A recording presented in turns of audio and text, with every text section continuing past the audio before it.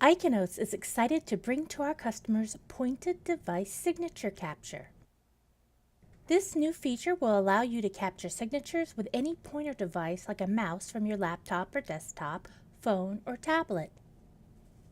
Let's look at how this is set up for your group.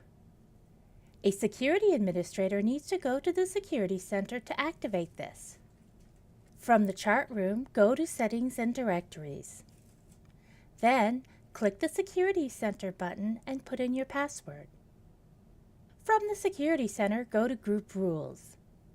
In the Defaults tab, look for the Point Device Signature Capture rule.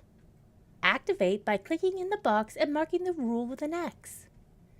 Don't forget to log off and then back on for the change to take effect. Once the Security Administrator has activated this group rule, each individual or group administrator needs to activate this on his or her profile. Go to Settings and Directories. From the Specific to Individual tab, go to the Device tab. In the Capture Device field, click in the field for the drop-box selection. Select Pointing Device. In my group, Tyler still uses the Topaz device. He can still use the Topaz device on his computer.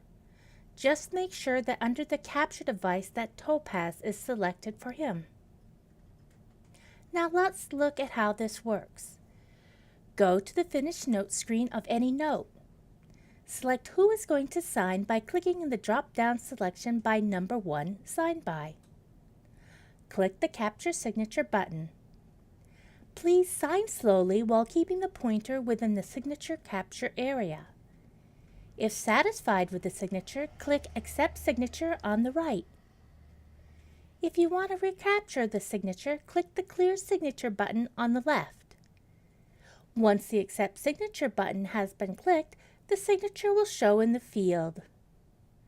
The signature will also show on the PDF.